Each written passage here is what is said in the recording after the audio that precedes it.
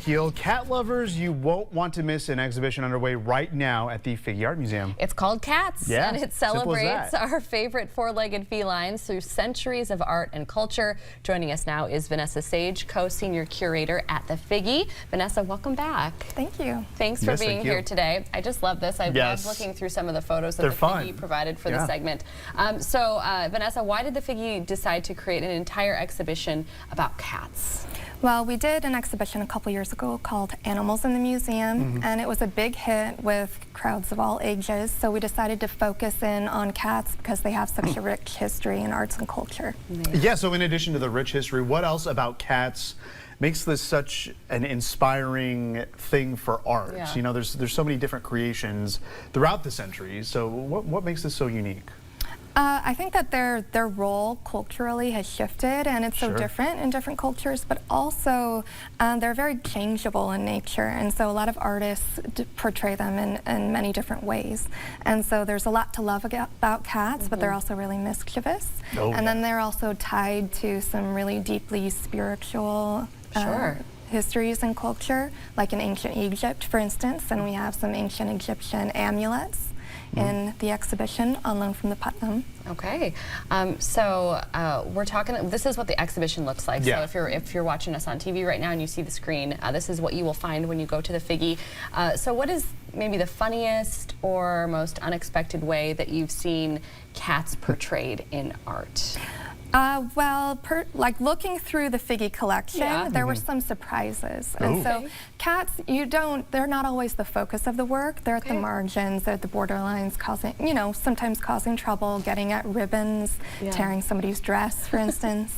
And so just finding how many cats we had represented in art in the collection was a surprise. Yeah. And then the ways that they are portrayed, either as these very noble beings or these little troublemakers. There's a lot of variety.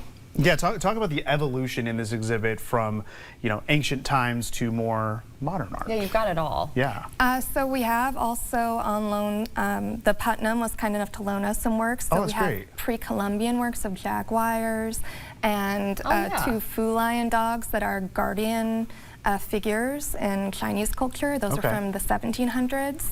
And so it really starts with the wild cat component and how, cats, even though they're domesticated, they still have this half-wild nature to them. Yeah. And so as you enter, you get that more the foundational history, and then the wild cats kind of transforming into domestic animals. Yeah, in my head, I was just thinking of the domesticated cats. I was too. Yeah, I heard your reaction. I'm like, oh yeah. Yeah, okay, yeah, those are cats cats. too. Yeah, exactly. Yeah. I know you oftentimes have interactive pieces with exhibitions, and beyond that as well. This is more than just 2D art on paper, although that is incredibly beautiful, and we're going to show off some of those pieces here in just a minute. There's also sculptures and things like that. So we have sculptures by like John Bloom and Isabel Bloom in the exhibition. So two local favorites. Yeah. There's also poetry on the walls, so that literary component is also married to the visual expression of cats and art. And then the interactive components, we really wanted to make sure that kids and families had a place in the space itself to kind of reflect on the art around them and make their own art. And so there's prompts for them to write their own haiku poetry. Cats figure heavily in Japanese haiku from many hundreds of years ago to today. And there's also a drawing prompt, and then people can send in their photos of their own cats. People love to do that. We will include them on a monitor in the exhibition. Very cool. That is really fun. Yeah, Figge does a really good job of doing that. And let's look at a couple of the pieces that are part of this exhibition right now. So this is young Robert Johnson, and this is kind of what you were talking about. So once we remove the graphic there on the screen, you're going to see how the cat is depicted. There you go. That's kind of what you were saying, where they're just in the margins, or they're just kind of a player in the piece of art. Yes, in this you can notice that the cat has a little devil tail. Yes. Oh, I didn't notice that at first. Yeah. This is about the musician Robert Johnson, who was so talented. The legend is that he sold his soul to the devil to have that musical talent. And so that's kind of the cat on the margin. Yeah. Oh, I like that. So the next piece of art we have is the house cat. And this is one that really caught our eye. Yeah, so colorful. It's very abstract. colorful. So this is by an artist named Carol Apple, and although they're prints, they look very much like paintings when you see them in person. They're very bright, and they're all different kinds of cats. So there's, I think, 27 of these prints, and it's like smiling cat, house cat, you know, sitting cat, and so they're more of the abstract side. That's very cool. And then the final one that we want to show quickly, you mentioned smiling cat. This is by a different artist, though. I also love this one. Yes, this on this, you know, this royal blue cushion.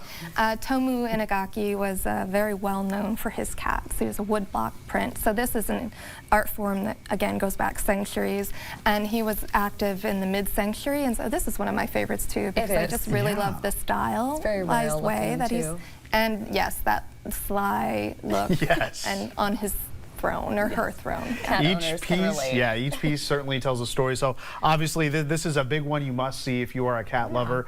So if you want to, you can head to the Figge Art Museum and catch us. How long is this exhibit on? January 4th. January 4th, so you got plenty of time to plan that trip to the Figge. And for all things Figge Art Museum, you can head to figgeartmuseum.org to get a look at some of the other exhibits that are coming up here in the near future. Vanessa, as always, we appreciate you being on to talk about the Figge. Thank you for having me. Of course.